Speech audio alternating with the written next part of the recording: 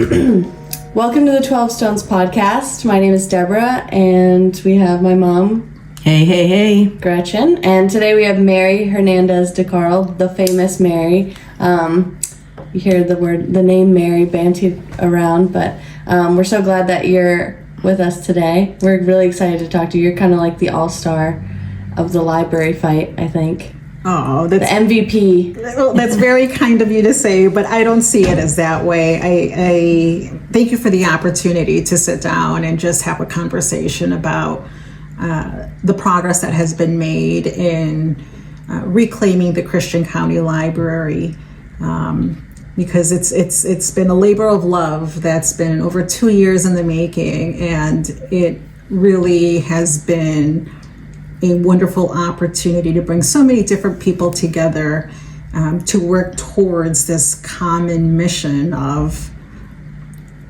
protecting our kids. Yeah, it really is about protecting the kids too.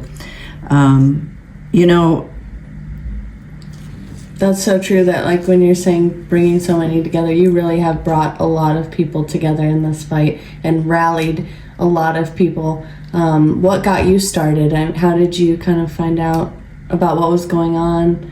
Can you take us back? Oh man.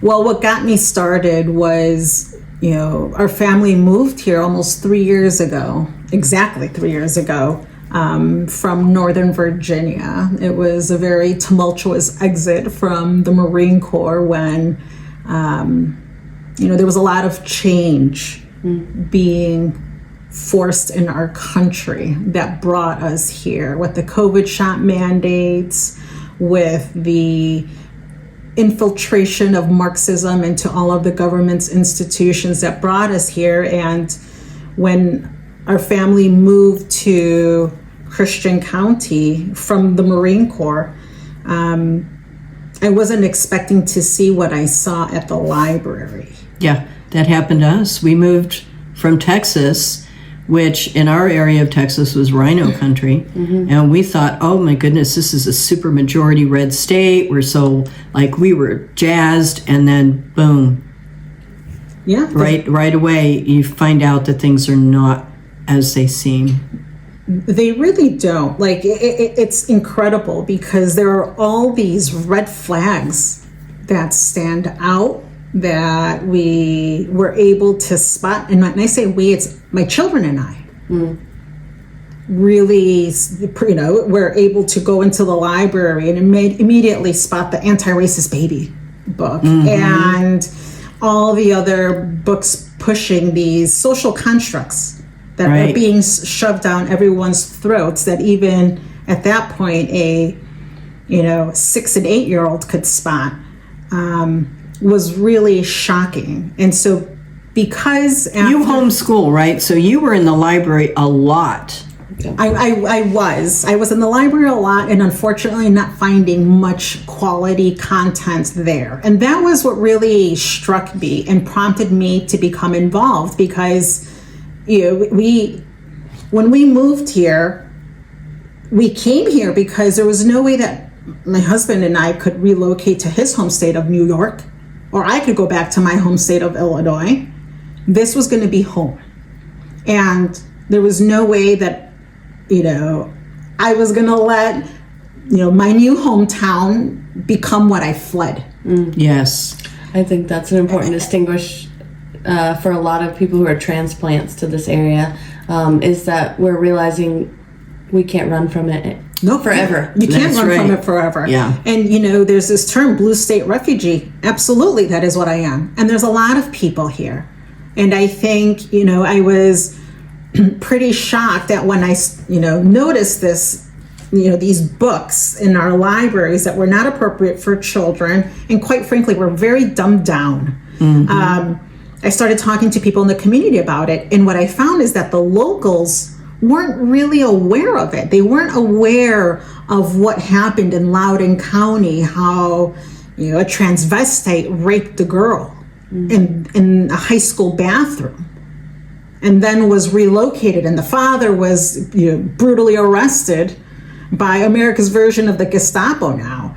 I mean, people were not aware of the agenda that was coming. And so just to segue on that real quickly, Ian Pryor wrote a book called Parents of the World Unite, in which he details that whole story and how they've been fighting to overturn the mess in the public school libraries and things like that. So, but go on. Yeah, I mean, and it's an important fight to become involved in, because we can't run away from forever, and we can't forget like the principles in which this country was founded on liberty and your ability to defend your liberty and freedom that we have here. Because right now, this gender ideology and the other Marxist theories that have infiltrated into the American culture. Yep, critical race theory. Yeah, social emotional learning. Yep. All of that is something that we have no choice. You have to accept it. And if you don't, you're a bigot, and this is a very, very, slippery slope that we're on, that will lead us into chaos. And that's why I've just been so motivated to continue in this fight, because it is our right as Americans to stand up for our values. We're not infringing on the rights of people when we say America's a first world country. We do not exploit children in this country. We have laws in place that ensure that children are going to be protected from harm, whether that be sexual abuse, physical abuse, as well as, we have labor laws that protect children. You go to any other parts of the world, you go to my parents' home country in Mexico, they don't protect children the way Americans do, or Americans did, I should say. Right. Because at this point, we have grossly inappropriate, very sexually explicit material that is within arm's reach of children that our libraries are saying, that's not pornography. That's not obscene content. That's literature. Right. And we are going to protect the right for your children to read that because we believe in access for all. And it's just, it is just so un-American to do that. And for adults to know that this is happening to our kids and to do nothing is an abomination. Absolutely. Americans have lost their way. Yes, they have. And the ALA, with their freedom to read and their Library Bill of Rights, they're twisting our traditional understanding of our Constitution, the freedom of speech, and they're twisting it. And we have enough of a uninformed public that they're having a great deal of success doing what they're doing. So we're here to stop it. So you're just a regular person who moved to Missouri. You're not funded by, what was someone said something on, I think, Facebook or something, that we're all from out of state. Oh, yes. And that we're funded by, like, dark money, oil the money. Heritage Foundation, the Koch brothers, on and on. And that's Kelly Jensen, buttered jorts of, they're pointing the finger at us when three fingers are pointed back at them, and they're the ones that are funded. The distinction is that everyone we've interviewed so far, and anyone who's a part of this fight with the library, we're just regular people. We're not like crazy political activists. We're not like, this isn't our full-time job. We're not making money off of this. There's no like gain in that way. In fact, it's been it's been a pain in the butt more than it's not. Some of the time. It takes over your life. Like, right. How do you get going? Because this has been 2 years now. Yeah. How do you keep going? Because it gets depressing and very tiring at times. And the attacks are, they're just, it's personal. Yes, personal, malicious, everything. Yeah, I what keeps me going is knowing that this is the right fight. This is the right thing. We have to stand in front of the children and protect them. I mean, it's my faith in God that keeps me going. This, like you said, I have no training. I'm just a mom. And this has become a labor of love, a passion of mine, to ensure that we have a clean, safe library that is going to build our community up, not bring it down, or segment it or fragment it. No, yeah, because we have a library that is indoctrinating children. It's leading children. There's a lot of books there where people of color, as some would like to call me,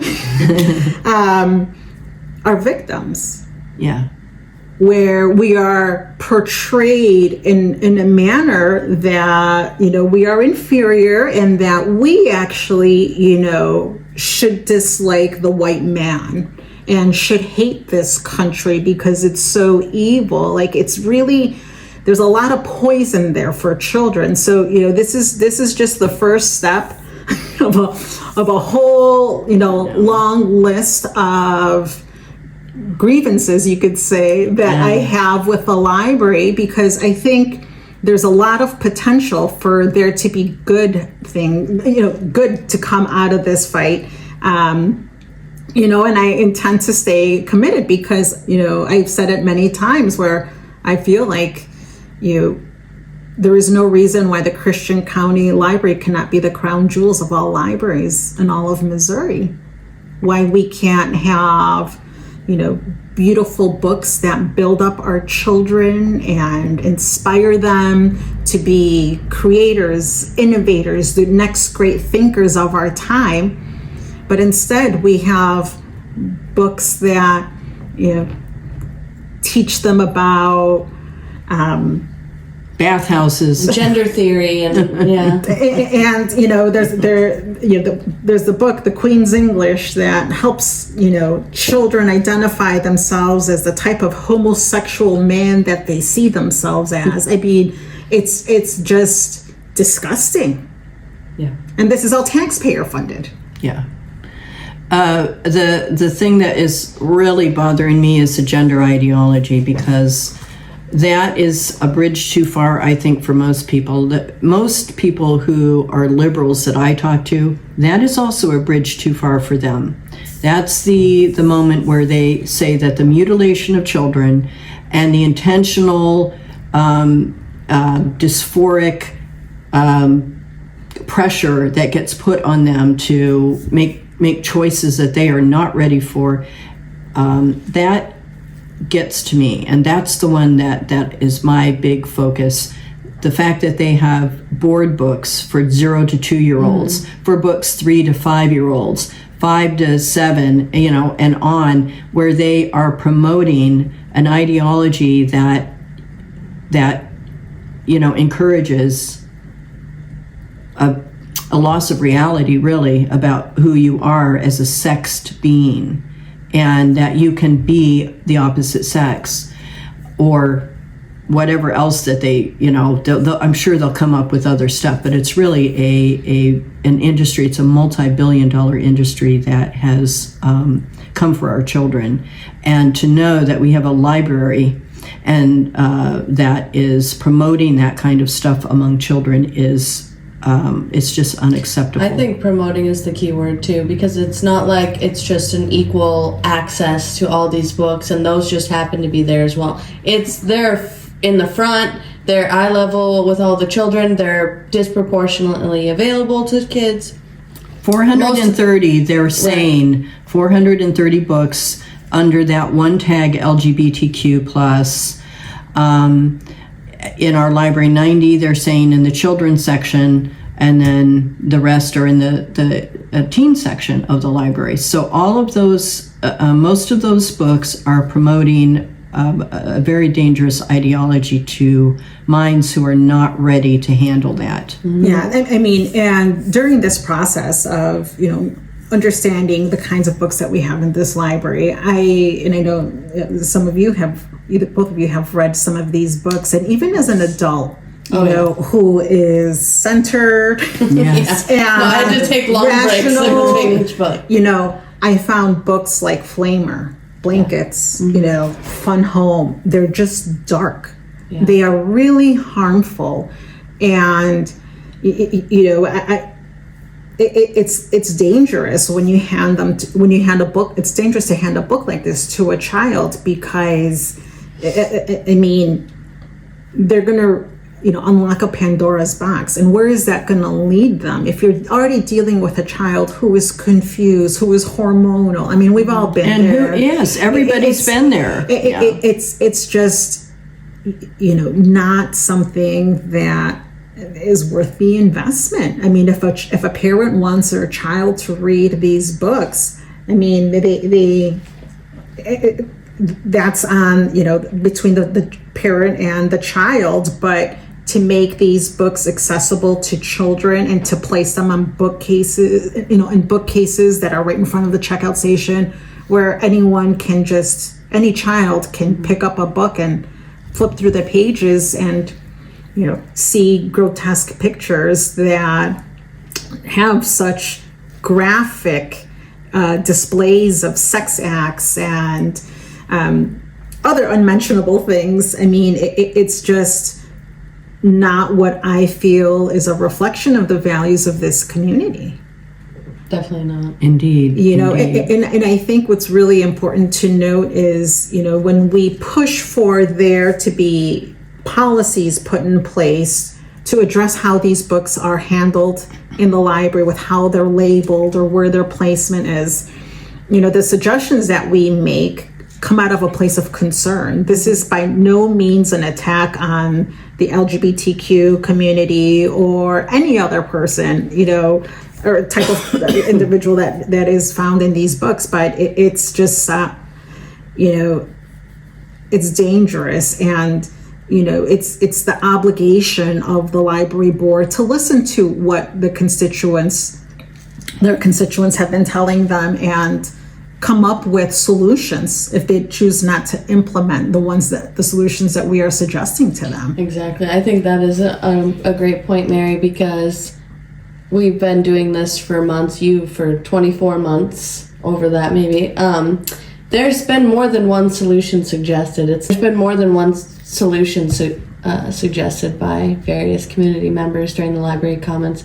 We haven't said burn the books or take them out totally. It's just been compromise after compromise that we've been trying to work with the library just to get some sort of compromise to protect the kids, just to make it easier on parents. Well, I think this goes back to the Marxist nature of what's going on. There's just been no compromise. That's what's blowing my mind. Because it's always about the revolution. Right. And all they're concerned about is moving the revolution forward. And so if you promote a compromise, they will come up with reasons why that compromise will not work. Mm-hmm. Whether it's stickers, whether it's moving books to a different location, whether it's cataloging differently, no matter what, they are going to come up with a reason why that is unacceptable, because it's a revolution that they're working towards. Some people may not understand that's what it is. They may think that they're actually, trying to promote freedom to read and things like that.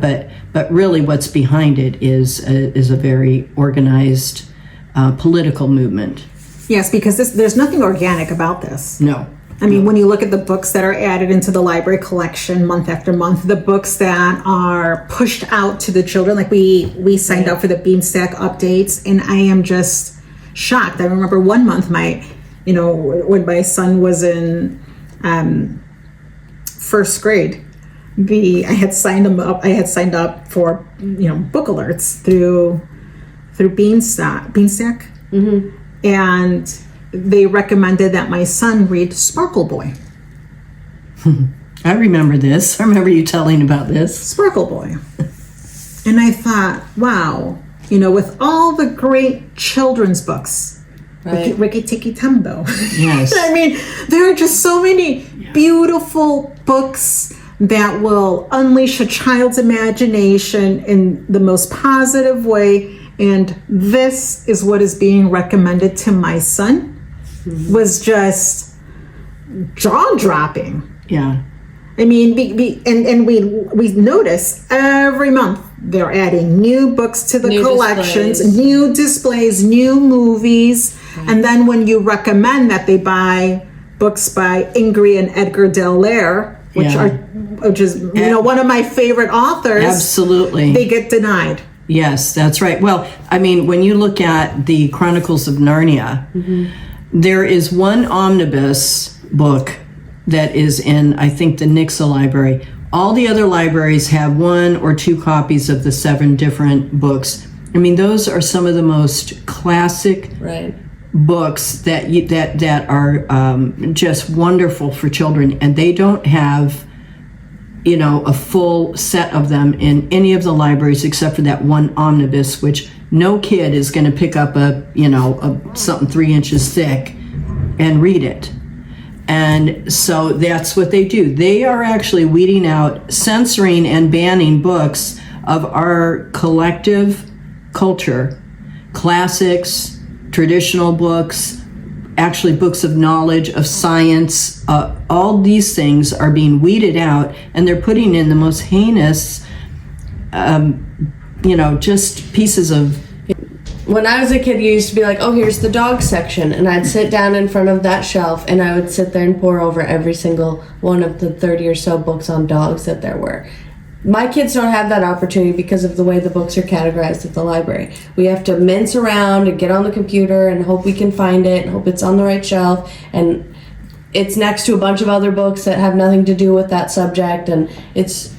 Right, the Dewey Decimal System has been decimated. Yeah, has been decimated in the children's section for sure, because they are lacing all these books. We went through one night before a meeting. We just went through all the board. Yes, very recently, all through the board books, and they're just in there willy nilly. And I mean, I got a stack about a foot high of inappropriate books. Just from flipping through. I had to sit on the floor because that's where they put them at that level for little kids. And this is what they're doing. I mean, it's an obvious indoctrination attempt. I think I also recently, because Mary kind of spearheaded, I don't remember what board meeting it was, but I think Allison or Matthew Suarez looked at us and said, well, have you challenged any of the books? And I think I remember making eye contact with you, and then we're like, okay, well, we better do that then, because we're not following the process. So we had kind of looked through some of the books as individuals, and then there was lists where we were like, hey, did you see this one? How many books have we challenged so far? Like 20, 22? Probably around there. Something like that. And I recently looked back, and I think they removed 2 out of the 22. They relocated them. No, they removed 1. Oh, they removed. Well, they removed that one that I challenged. And they removed the book that I challenged. Okay, so 2 books total. But I don't know what you think. You feel the real reason is that they removed your book for. But I will say that the Bare Naked Body book was the book that was removed when I challenged it. The reason I was given. Sorry. For the book to be removed was because it hadn't been checked out enough. Okay. The real reason I think the book was removed was because there was no denying how inappropriate this book was to have to even find its way onto the Christian County Library shelves. I think that was mine as well. The book I challenged was I'm a Gay Wizard. And it wasn't on a list or anything. I was just thumbing through, like you were just saying. You're just thumbing through, and you see. I mean, honestly, you can kind of pick them out. I don't know why they're upset about a potentially rainbow sticker, because all the books are rainbow anyway. A lot of these books already have a rainbow cover on it. So I saw I'm a Gay Wizard, and I picked it up and I checked it out and read it and ended up challenging it because it was the most disgusting book I've probably ever read. Well, explain that for our audience. It's a warped version of Harry Potter where you follow a young gay teenage boy through his early life learning he's a wizard. His family is abusive physically and emotionally. He, I think there's themes of sexual assault in the book by his friend. And then there's graphic, explicit descriptions of sexual activity between minors. I'm talking play-by-play stuff. And what was it geared toward? What age was this geared toward? 12? This was the young adult section. 12 to 17. So, I mean, I have a 12-year-old. I wouldn't ever refer to her as adult in any way, shape, or form. There's no way I would ever allow her to read that type of material, or any child. It was right. Well, that's how they get away with. It was they didn't give putting me a those reason. kinds of books into the teen section Right. or the young, the youth section, really, because they've termed it young adult. I know. Yeah. And by law, they're not considered adult till they're 18. It even so said, how I they think, on the got that. book, too, like, if you like Harry Potter or something, read this book, which, completely different. Enticing the child. Yeah. I mean, and that's what I Did they give you a reason? I'm sorry to interrupt you. Did they personally contact you about why they removed the book? Because I never even knew it was removed, actually, until I recently checked. Yes, they did. Okay. Because I on the application, I checked that I wanted a response. I think I did too, but... Well, it's funny because I'm not saying that you didn't, but Yeah. I know that there were other people that contested books and then They never heard anything? they never heard anything because the forms were lost. See, I took photos of all of my forms because I knew that was a potential thing that would happen. Mm-hmm. I filled them out, I took photos, and then I think I confronted Renee at one point about... Renee is the executive director of the library. Yeah, because when we first started doing the book challenges, it said, what was it, like 1 to 2 days or 3 to something business days where she would get back to us on the book challenge. And then... No, I don't think so. It was, and then it was removed from the policy manual, how long that she had to... Oh, really? Oh, yeah. my goodness. Oh, yeah. She originally, it was like not a very long time at all. And then it was removed because there was an influx. We're like, okay, well, we'll work with the library to process do, in right. place. Their process in place for books, we find to be harmful. So we started doing the challenge requests, and then they removed that little clause on how, like, she had a date when she would have to get back. If you look at the Missouri State Trustee Handbook, they're very clear that librarians are to quote unquote work with the public, but are by no means to censor or ban any books. Right. So they're taught that through the state Missouri handbook.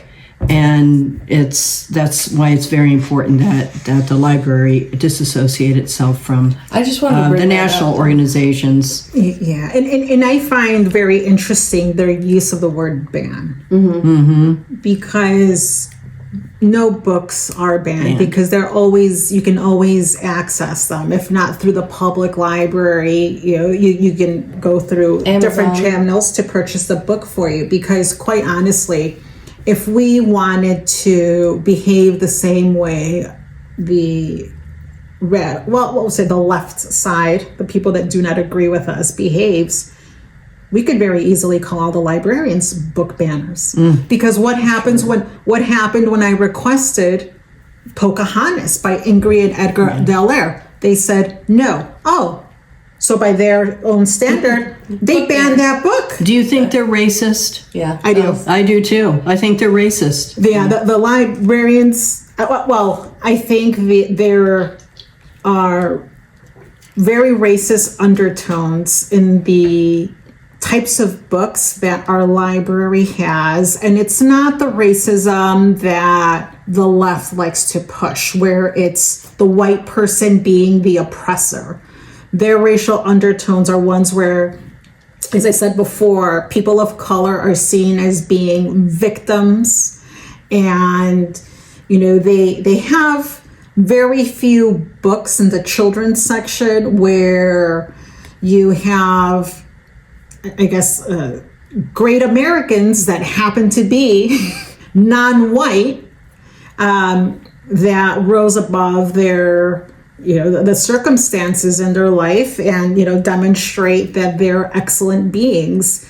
One book that I fought really hard to get our library to purchase was Clarence Thomas, A Justice for All by Larry Elder. Yeah. To my a black author writing about a black a Supreme Court justice. And what happened, Mary? And it took the library 6 months and over 8 different people to request that this book be purchased in order for the library to justify purchasing this book. Whoa. And, I don't know. Maybe they didn't like Justice Clarence Thomas because he's a great American. Maybe they didn't like Justice Thomas because he makes no excuses for the color of his skin. Or maybe they don't like him because he's a Catholic. I don't know. Right. I don't know anymore.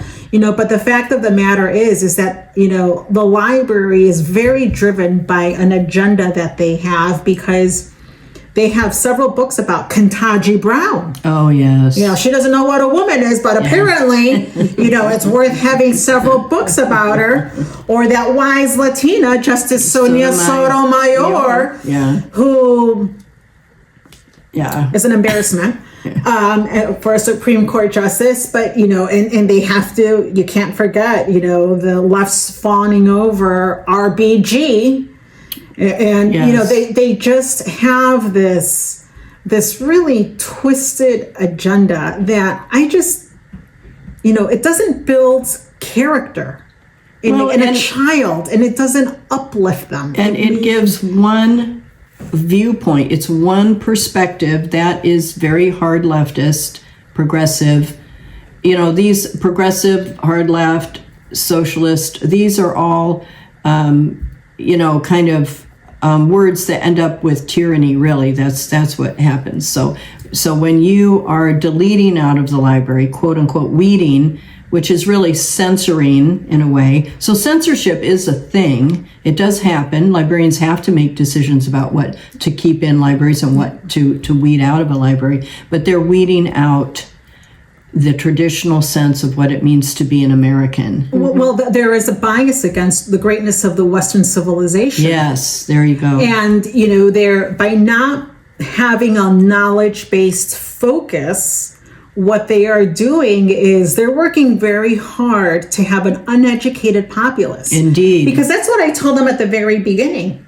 I want my the children of Christian County to be well-educated, well-rounded children. Good citizens, yeah. Good citizens, because an educated populace is necessary in order for there to be the preservation of freedom. Yes.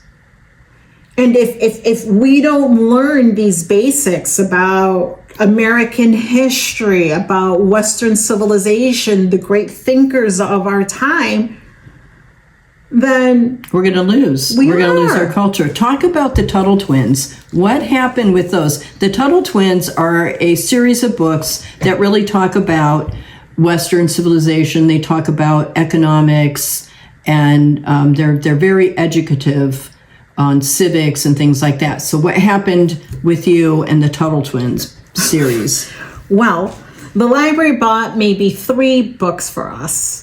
I think there's 12 books in the Tuttle Twin series. They're great books. They're an introduction to great books. I bought one and read it because you had so highly suggested it, and it's a great series of books. I do want to get them all for my grandkids. And they're a great treasury of books to introduce children to big ideas, to what compulsory education is, to what communism is, to laws of supply and demand.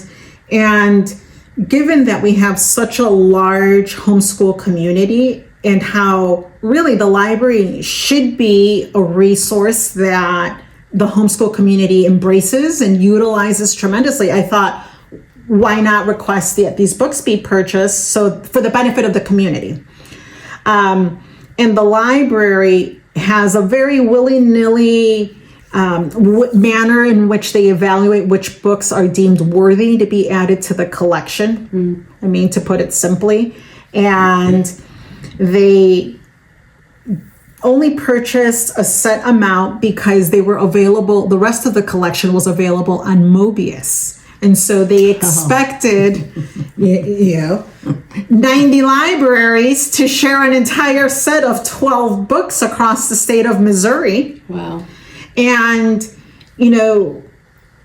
what I have felt this entire time is, that the library is not the ally of the citizen. And that's a really, tough pill to swallow because, in my house, I have this beautiful poster from the World War I. Can we put that poster on Yeah, I'll get a picture and then. Okay, good, because it's a beautiful poster. And describe it, please. It is. It's a picture of a soldier wearing, a uniform from World War I, and he's getting ready to climb up a ladder of books. Steps full of books, and it just has all these different genres of books that once were found in our libraries: drafting, building, business, seamanship, engineering, and so on. And at the top there's a line that says knowledge wins, and public library books are free. It's meant to encourage people to become educated, to go to the library, utilize this vital resource for your community, to your own personal betterment, which then translates to the betterment of our society. Right. And we're not there. And it's really sad because I've met several parents who, whose children have opened up books that introduce them to concepts that the family wasn't ready to talk to the child about. I've also talked to parents who, have their children haven't been that directly exposed to the material, but they just don't like the titles. I mean, when you see Ibram X. Kendi's books all over the library, how many copies of The Anti-Racist Baby does a library need? Or there are some book titles that are very direct. This book is gay. That's constantly on display in the libraries, and it just results in people saying no more. Yeah, I've seen genderqueer on display honestly 3 or 4 times. Yeah. I mean, and people have just stopped patronizing the library, and that's very sad. Let me ask you this, Mary. Do you take your children to the library still? They will physically walk into the library and go to the checkout desk to pick up material that we have put on reserve. Yeah. Which right now, my children are avid readers, and we've checked out so many books that we went from, being in a situation where we were checking out 60 books at once to now we probably have 3 books checked out from the library. Because you read most of what's in their very, very not, abundant sections, quite frankly. Yes, they have very, very slim pickings. What I find really interesting is, our library has culled a lot of great books that were rich. Yeah, they've called them out. Books that have rich vocabulary, have meaningful storylines, that have varied sentence structures, again, that inspire, that build a child's vocabulary, their knowledge imagination, all kinds of stuff. Everything. They've culled those out. And what I see a lot of are graphic novels. Yes. And there are series of books like Big Nate, Diary of a Wimpy Kid, right. and Junie B. Jones, where you have books that have characters that make it seem cool to make fun of people, or adults are stupid, that are disrespectful, that again, if people are so concerned about being accepting of everyone, come as you are, whether you're gay, straight, trans, whatever, yet they have these books that promote poking fun of people's appearances and their language and don't build the child up. It's discouraging. I mean, that's, for me, one of my first impressions was, man, this library has a lot of books that dumb kids down. Yes, absolutely. And I did speak with the executive director at one point, and I said, do you know the reading scores of the kids in the towns around here? And I named the reading scores in several of our districts, which are scandalously low. And I said, why don't you have a literacy program going on here? Why don't you have tutors? Why don't you have phonics programs? Why aren't you doing that to promote reading in the library? And a note was made, but of course, they do make an attempt at some kind of a literacy challenge or something they're doing, but I would say that it isn't. Instead of a yoga teacher, why don't we get? Yes, it isn't up to what the problem is, and the problem is huge. Yeah, when you have 65% of the student body, and that's probably one of the highest proficiency rates in this area. 65%, I believe it's 65% of students in NICSA's blue ribbon school districts that are, what is it? All the above governments, and everyone is just, Yeah. it's a highly regarded school district, and you're looking at 65% of kids being proficient in reading. Why isn't it 95%? That's what you would expect from a top-notch school district. Yeah, you would. Well, Clever is at about 38%, I think. Okay, I mean and they have a brand new library over there. I don't know what the Sparta school district is. I haven't checked them. Ozark is pretty low too. Yeah. And so you have 2 new libraries, and then you have these the NICSA and the Ozark branches. Why is there not a robust literacy program to actually teach reading?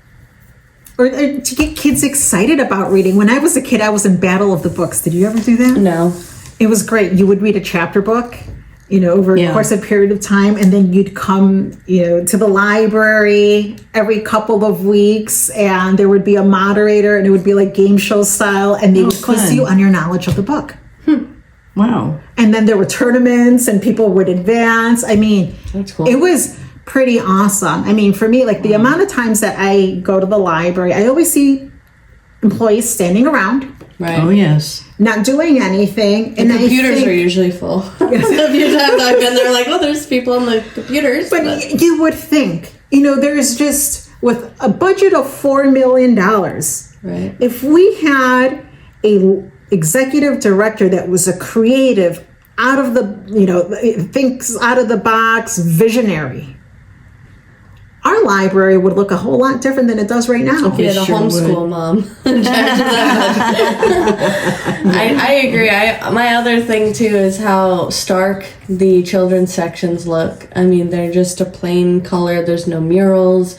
There's no It's very utilitarian. Very almost like a dental office waiting room area. Yes. There's nowhere cool for the kids to sit. There's no nooks. There's no, it's not even comfy, really, the chairs. And I hear there in NICSA, there's 12,000 square foot of unused space right now. 12,000 square foot of unused space that, they're wanting to turn into administrative offices areas. Yes. It just seems to me that the Christian County Library is just a job creator.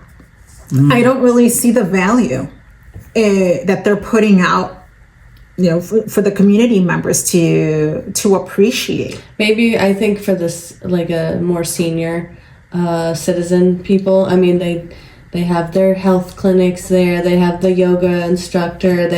But it doesn't seem geared toward families or children. That's mission creep. Right. Where they're promoting resources and things that other government entities do fine. The health board can do those sorts of things. The pharmacies can do their things with the shot clinics and stuff like that. The yoga teacher, I don't understand why we're paying for a yoga teacher to come in.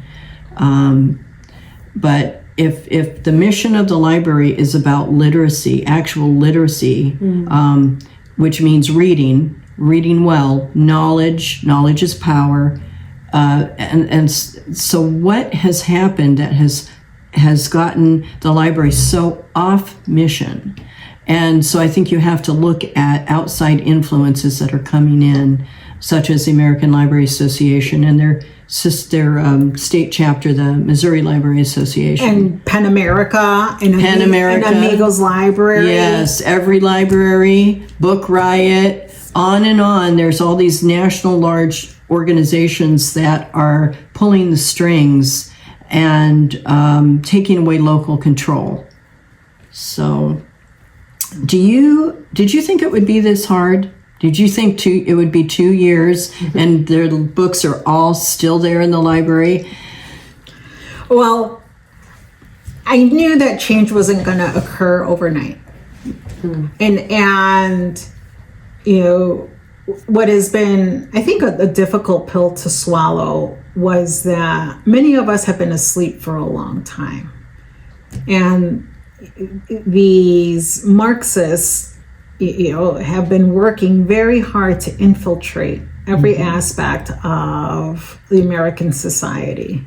And so I was realistic in, I think, in my expectations. What I didn't anticipate was the lack of good faith. Yes. You know, because, you know, I knew that in order for us to be able to bring about any changes, you know, we needed to change the board makeup and, you know, work more closely with them so that they could understand what the community has been advocating for. But, you know, by this point, I thought that the library would have extended an olive branch and said, Right. So- hey, Mary, you know, and friends, because that's what I was told. Well, Mary, it's just you and a couple of your friends that want these changes. But, you know, they've started seeing, as we have, you know, close to 100 people attending these meetings, that it's not just Mary and her four friends that, That's right. Her that merry, are her merry concerned, band of library that has a problem with this. But, you know, the stalling of progress Oh, yeah. has been really disappointing because, you know, being the daughter of immigrants, America to me is you know, the end all be all. You know, immigrants and I think first generation Americans hold America up on a gold platter. It's everything is done well in America. You don't expect corruption. You don't expect there to be, you know, people in positions of power that act tyrannical. Mm-hmm. And that's what's been really shocking to me. Yep. Was how, you know, we're coming in with solutions. We identify problems, we present a solution, you know, we leave out the emotion, we're just focusing on facts. And, you know, we've done it in a very respectful and I think in a very professional manner up to this point. And I've just been disappointed in seeing that level of courtesy and respect being extended our way. You know, because you can see the body language of the staff members, they don't like us. No. They don't. They there's a deep disdain Yes. for us, and it's strange because, you know, they judge us so severely without even knowing us. Yeah. Knowing that they don't interact with us. Yep. And what I find to be most surprising is how, you know, I mentioned before that that this movement has brought together such a different group of people, and it's literally, I mean, we're all very different. Not everyone is a local. We are all of, you know, different ethnicities, religions, and, you know, that we have gay people, we have straight people in the movement, we have old people, young people, and when we look at the other side, it's all white women Oh, it sure is. who know better. Yes. Yes, they do seem to know better. Well, I think a lot of that is education, and unfortunately in the library industry, there's been a lot of education that is miseducation, and it's a political perspective, and they have been deeply educated into that. And once you go down that road and you have, you know, that kind of, it's going to be very difficult to enlighten them, you know, and get them to think from a little different perspective. And it's really, really upsetting. Are you seeing more people awake, though? because I know that you speak occasionally at a monthly meeting here or there, and are you seeing people more aware of what's going on in the library? I do, because I think people now are aware of, I guess, the dog whistles that the left uses. Yes. And, it's really hard to get away from diversity, equity, and inclusion, because those programs have infiltrated every aspect of our life. Yes, schools, libraries. The professional workplace. Yes, the professional workplace. I mean, it's everywhere. And I think, what I always encourage people to do, because I've been told before, well, Mary, you're not white. You can speak up. You're not going to experience any pushback. And I tell people, well, let's amplify your white voice too, because it's important. We need to be comfortable calling out the wrongs of these policies. No matter what our color or orientation, No, because, there's never a wrong time to do the right thing. Right. And I think here in America, people are very kind. People are, I think genuinely have good hearts. And I think that there are people that have been tricked into believing these policies, into believing that they have white privilege. Yes, yes. And I feel bad for those people that are stuck in like perpetual victimhood. And because there are predators out there. Well, and it stunts you as an individual to think of yourself as a victim forever, It really does. But, as I said, though, like there's predators out there. There are people who live and breathe activism, and they're going to find those people that are feeling down about themselves, are feeling confused, and they're going to exploit them. And that is what I think also motivates me to keep on spreading the word, and just because this is an education campaign, because I never in a million years, when I saw these books that were pushing the critical race theory, and I started digging around, and I learned about the gender identity and dysmorphia that is being, these ideas that are being introduced to children, I never knew that existed. I never knew This Book is Gay existed, right. Or Fun Home, or even like the pronoun book, and it not really teach you the right English pronouns. I mean, it's, you don't know. And if you don't know that there's a problem, then you're not going to speak up. And that's why I think for me, it's been important to have these conversations. And I have these conversations with other parents at church, at the activities that my children are in, and even sometimes in the grocery store, that where these issues come up, because I feel like people want to talk about this, because it's so hurtful, especially right now. We live in such a stressful time. Yes. People are divided by politics. People are divided by religion and race, even. Yes, I mean, there is just, our society has been fragmented, that when you do start to have these conversations, you'll see that, hey, we all have a lot more in common than we are different. That's so true. I had a similar conversation, with parents on the sidelines of a sporting event, and we were talking about like that idea of otherism in America today, and how, if someone is voting for the other guy, that must mean that they're morally evil or morally bankrupt, and there's no room for anything else. If they're not voting for the same candidate as you, they're evil now.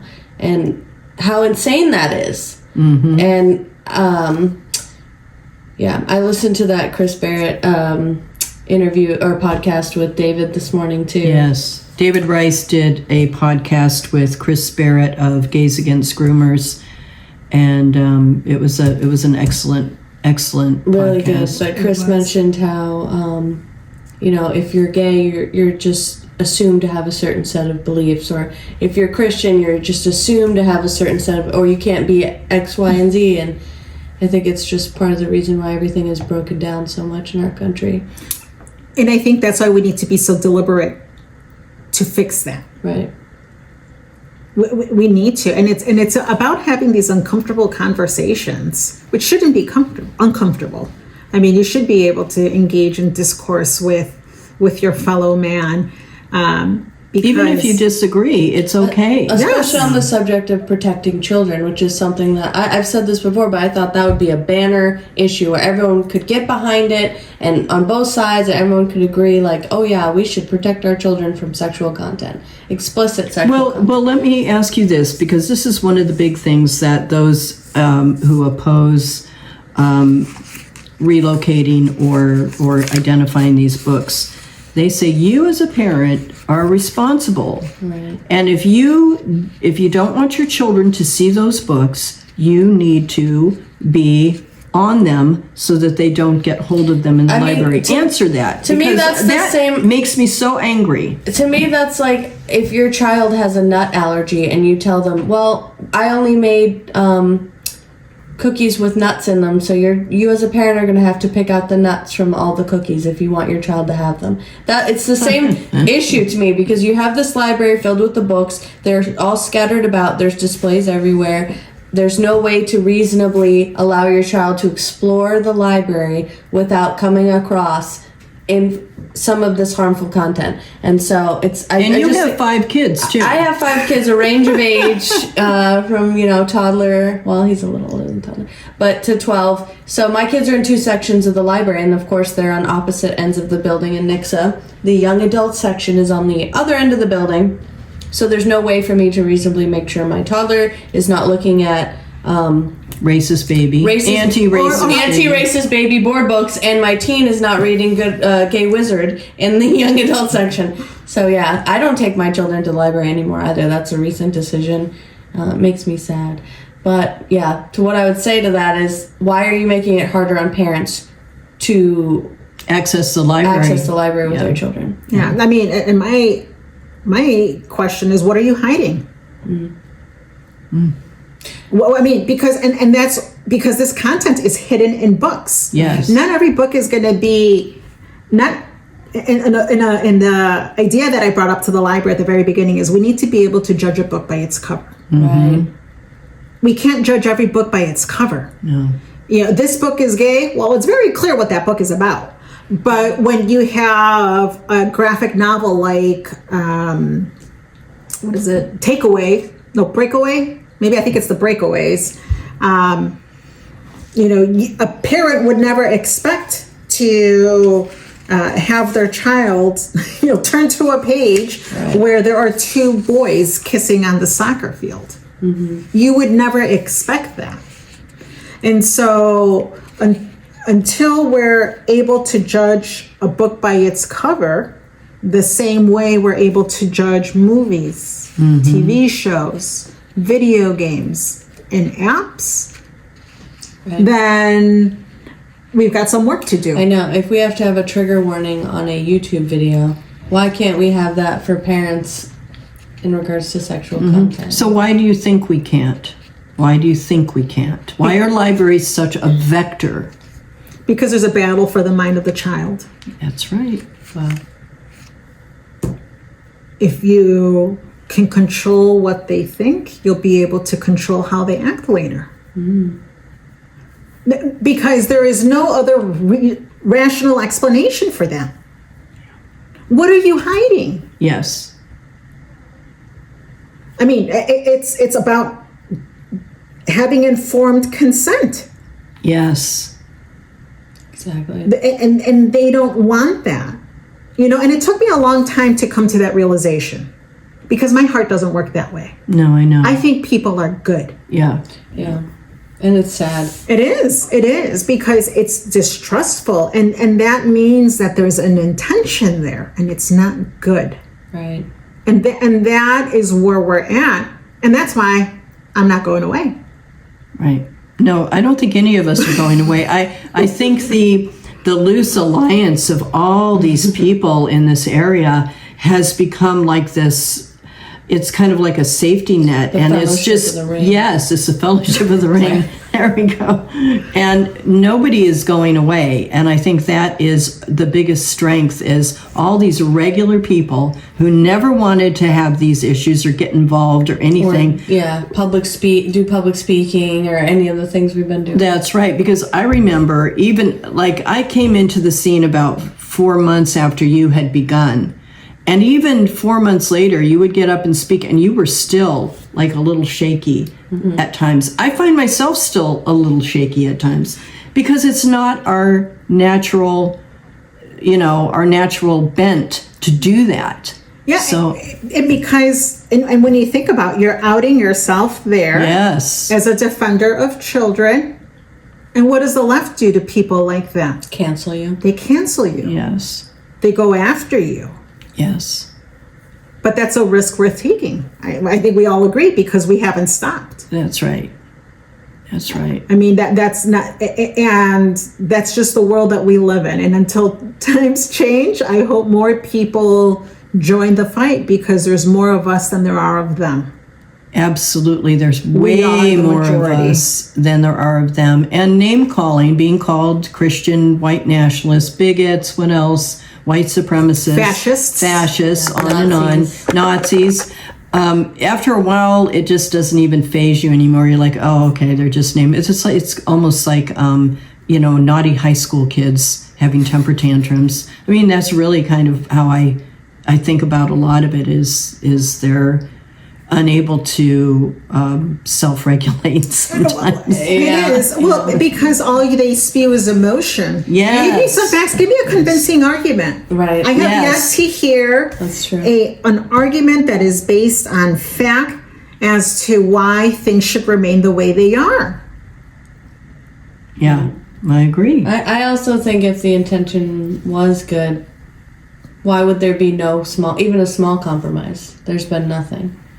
Indeed. So, if they were coming from a pure place of like, we need to protect LGBTQ kids, or we need to have all these, why wouldn't there be a small concession made? Something, anything. Well, now, so here's Buttered Jorts, also known as Kelly Jensen, who is she's an editor at Book Riot. Yes. Here. She's an editor at Book Riot, and we've gotten on her radar now. Okay. And so she has tweeted out, if you're in Christian County, Missouri, where the public library board was taken over and the schools have also been infiltrated, get your ASS to the board meeting this week. Your library needs you. Well, Kelly, I absolutely agree 100%. Let's get to the library, folks. Anybody who wants to protect children, please come to the library board meeting. It's Tuesday, October 22nd at 6 p.m. And you're going to find a lot of people there who are willing to stand up for children, and we hope you join your voices to it. Do you have anything else to add, Mary? Oh, man. This is a fight worth fighting. Yes. Yeah, we have to. It's not right what they're doing to children. Right. And as a mother is here, I'm a grandma. You guys don't have that privilege yet, but it's Mama Bear time, and you're not going to win against the Mama Bears. Giving me chills. Yeah, you're not going to win. So. Right. We will fiercely defend our children and all children. Yeah. Because there's never a wrong time to do the right thing, guys. That's a great slogan. Yeah, that's perfectly said. Yeah. Thank you so much, Mary. Thank you. Well, thank you for having me. I appreciate it.